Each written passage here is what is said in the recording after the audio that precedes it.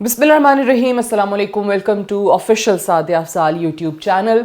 कहने को तो प्रेसिडेंट ट्रंप अमेरिका फ़र्स्ट का नारा लगा कर आए और अपनी सेकेंड टर्म के अंदर ये वादा किया अमरीकी अवाम से कि सिर्फ़ और सिर्फ वो फ़ैसले लिए जाएंगे जिसमें अमरीकी अवाम को तरजीह दी जाए और प्रायोरिटी जो है वो उनकी अपनी अवाम ही होगी। लेकिन अगर हम पिछले 70 दिनों में जब से प्रेसिडेंट ट्रंप आए हैं उनकी पॉलिसीज़ देखते हैं, उनकी फ़ैसला साजी देखते हैं, तो उससे अंदाज़ा होता है कि उनके शर से उनके अपने करीबी दोस्त जो हैं, ममालिक जो हैं और ख़ास तौर से पड़ोसी ममालिक भी मुतासिर हुए हैं, वो भी महफूज नहीं हैं। और एक अंदरूनी खलफशार जो है इस वक्त पूरे अमेरिका में वो बढ़ता चला जा रहा है। अगर आप कहीं पर भी यूएस मीडिया देख रहे हों, उनकी न्यूज़ सुन रहे हों, या अगर आप वहाँ पर लोगों को जानते हैं जो रह रहे हैं, तो तमाम ही लोग आपको बताएंगे कि अजीब क्राइसिस वाली सिचुएशन है, एक बहरानी कैफियत है और किसी को कुछ समझ में नहीं आ रहा कि आने वाले दिनों में होगा क्या। कोई भी अपने कारोबार को लेकर कुछ प्रिडिक्शन नहीं दे पा रहा, कुछ ये नहीं कह पा रहा कि हाँ अगले 6 महीनों में ऐसा हो जाएगा, 4 महीनों में ऐसा हो जाएगा, because that's president Trump for you, he is highly unpredictable. जो यूएस की आवाम है वो भी इस बारे में कुछ खातिर खा आपको नहीं बता सकती है। अब अगर हम देखें, एक तरफ जो इलीगल इमिग्रेंट्स थे उनको अपने मुल्क से निकालने का सिलसिला शुरू हुआ। यहाँ चलें आप कहेंगे कि ये अच्छी बात है, जो गैर कानूनी तौर पे रह रहे हैं वो कोई भी मुल्क हो वहाँ से उनको डिपोर्ट करना ही समझ में आता है, क्योंकि आपको अपॉर्चुनिटी दी जाती है कि आप अपने आप को लीगली वहाँ का एक रिहायशी बना सकते हैं, शहरी बना सकते हैं। आपने वो तरीका अडॉप्ट नहीं किया, आप गैर कानूनी तौर पे रह रहे हैं। चले इसको काफ़ी हद तक वहाँ पे लोग अप्रिशिएट भी करेंगे। दूसरी चीज़, वहाँ पे जो फ़लस्तीन के हक़ में बोलने वाले लोग हैं, इज़राइल के ख़िलाफ़ एहतजाज करने वाले लोग हैं, ख़ास तौर से स्टूडेंट्स, इंटरनेशनल स्टूडेंट्स, उनके वीज़े कैंसिल किए जा रहे हैं, उनको ज़बरदस्ती डिपोर्ट किया जा रहा है। फिर साथ ही साथ जो ग्रीन कार्ड होल्डर्स हैं वो भी महफूज नहीं हैं। ये तो है ना कि आप कह दें कि जी मैं तो ग्रीन कार्ड होल्डर हूँ तो मुझे तो कोई निकाल नहीं सकता है, तो वो भी अब खुशफहमी दूर हो जानी चाहिए, क्योंकि ये इख्तियार भी सेक्रेटरी ख़ारजा के पास आ चुका है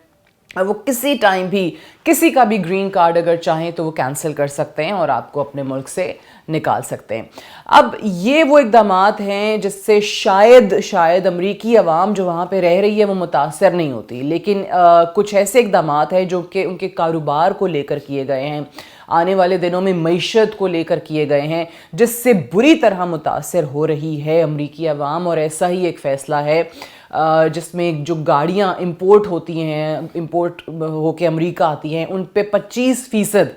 टैरिफ जो है उसका नफाज कर दिया गया है। अब ये एक ऐसा फ़ैसला है जिससे सबसे ज़्यादा जो ऑटोमोबाइल इंडस्ट्री है यकीनी तौर पे मुतासिर हो रही है, और ख़ास तौर से कनाडा जो कि एक पड़ोसी मुल्क है, जो कि एक बहुत ही करीबी दोस्त मुल्क है, वो मुतासिर हुआ है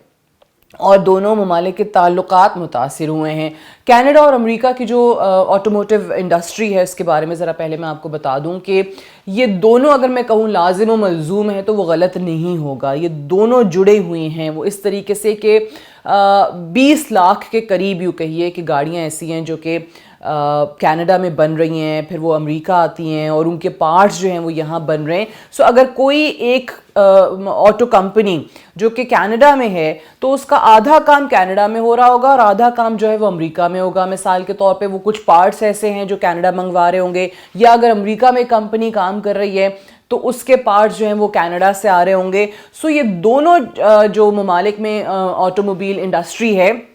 ये मुतासर होगी और बहुत ज़्यादा चांसेस हैं कि अमेरिका के अंदर ये इंडस्ट्री भी काफ़ी हद तक बंद हो जाए। लोगों के कारोबार मुतासर हो रहे हैं। स्टॉक मार्केट जो है वो इस खबर के बाद फौरी तौर पे मुतासर हुई, वो नीचे आई और बहुत लोग तनकीद कर रहे हैं कि इससे आपने अमेरिका फ़र्स्ट का नारा जो लगाया था, आपने ये सोचा था कि आपके इस इक़दाम से हमें फ़ायदा होगा, लेकिन दर हकीकत फ़ायदा नहीं, नुकसान होने के चांसेस जो हैं वो ज़्यादा हैं, کیونکہ اگر آپ کینیڈا سے امپورٹ میں کمی لاتے ہیں, آپ مثال کے طور پہ کوئی پارٹس وہاں پر نہیں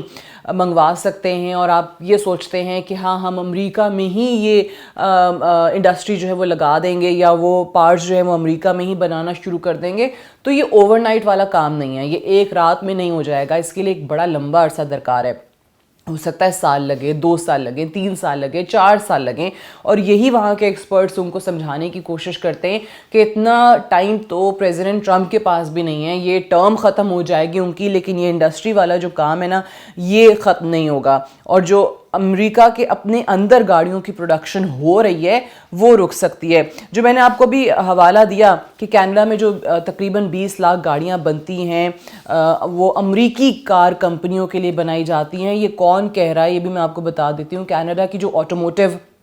پارٹس مینوفیکچررز ایسوسی ایشن ہے اس کے صدر ہیں فلاویو وولپ, جو کہ بہت ووکل آپ کو اس ایشو کے بارے میں نظر آ رہے ہیں اس ڈیسیجن کے بعد سے جب کہ آٹو ٹیرف کا نفاذ کیا گیا ہے. اور وہ یہی بتا رہے ہیں آپ کو کہ جی کینیڈا میں جو گاڑیاں بن رہی ہیں ان میں سے آدھی گاڑیاں ایسی ہیں جن کے پرزے جو ہیں وہ امریکہ سے آتے ہیں. سو آپ دونوں ہی ممالک میں اس انڈسٹری کو نقصان پہنچا رہے ہیں.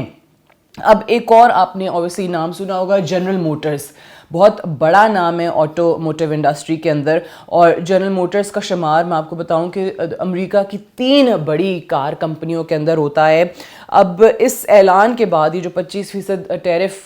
کا اعلان کیا گیا ہے, اس میں جنرل موٹرز کے جو شیئر ویلیو مارکیٹ ہے وہ بھی گر چکی ہے. آٹو موبائل انڈسٹری میں تیسرے نمبر پہ یہ آتی ہے جنرل موٹرز, اور ان کے بھی جو شیئر ویلیو ہے وہ گر چکی ہے. سو بہت زیادہ ایسی کمپنیز ہیں جن کے شیئرز نیچے آئے ہیں مارکیٹ کے اندر. اب امریکی کمپنیوں کے لیے تو چلیں یہ نقصان کی بات ہے ہی, کینیڈین کمپنیز کے لیے نقصان کی بات ہے ہی, لیکن جہاں پر امریکہ کے بہت سارے اتحادی امریکہ سے اب اس وجہ سے پیچھے ہٹ رہے ہیں کہ جی امریکہ ہم سے پیچھے ہٹ گیا ہے اور اب ہم نے خود انحصاری کی طرف جانا ہے. سب سے پہلے اگر میں کینیڈین پرائم منسٹر کا ہی ذکر کروں, نئے جو پرائم منسٹر آئے ہیں مارک کارنی, ان کی طرف سے بھی یہی کہا گیا ہے کہ یہ امریکہ نے جو اقدام کیا ہے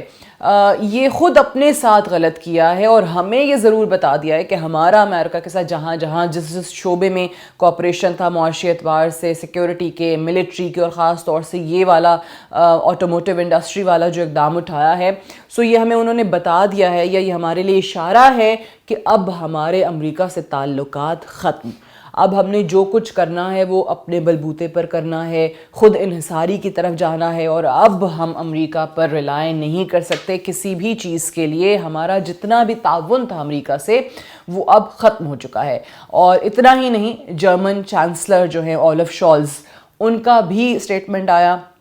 ان کا بھی ری ایکشن یہی تھا کہ اب امریکہ نے اس اقدام کے بعد یہ ثابت کر دیا ہے کہ آئسولیشن کی جو پالیسی ہے, جو ٹیرف بڑھانے کی ابھی ان کی پالیسی ہے, یہ سب کو ہی نقصان پہنچائے گی. ایسا نہیں ہے کہ امریکہ کو اکیلے سے فائدہ ہوگا اور دیگر ممالک متاثر ہوں گے, اس سے امریکہ بھی اتنا ہی متاثر ہوگا. اور اس پالیسی کے اینڈ پہ وہ کہتے ہیں کہ جی کیا نظر آ رہا ہے ان کو کہ وہاں پر تمام ممالک جو ہیں وہ لوزرز ہوں گے, یہاں پہ کوئی ونر نہیں ہوگا, یہاں پہ تمام وہ لوگ ہوں گے جو ہار چکے ہوں گے اینڈ پہ. سو یہ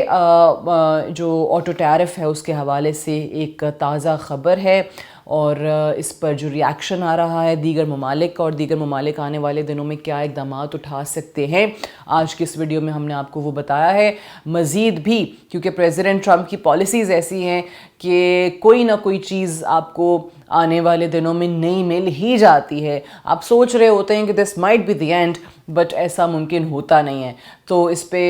یوٹیوب چینل پہ ہم آپ کو مزید بھی اسی حوالے سے اپڈیٹس اور ویڈیوز دیتے رہیں گے, اور بڑی انٹرسٹنگ نیوز ہم کوشش کرتے ہیں کہ آپ سے شیئر کریں. So do give us your feedback and subscribe and like and comment, کیونکہ وہ ہمارے لیے بہت ہی انکریجمنٹ کا باعث بنتا ہے. Thank you so much for watching.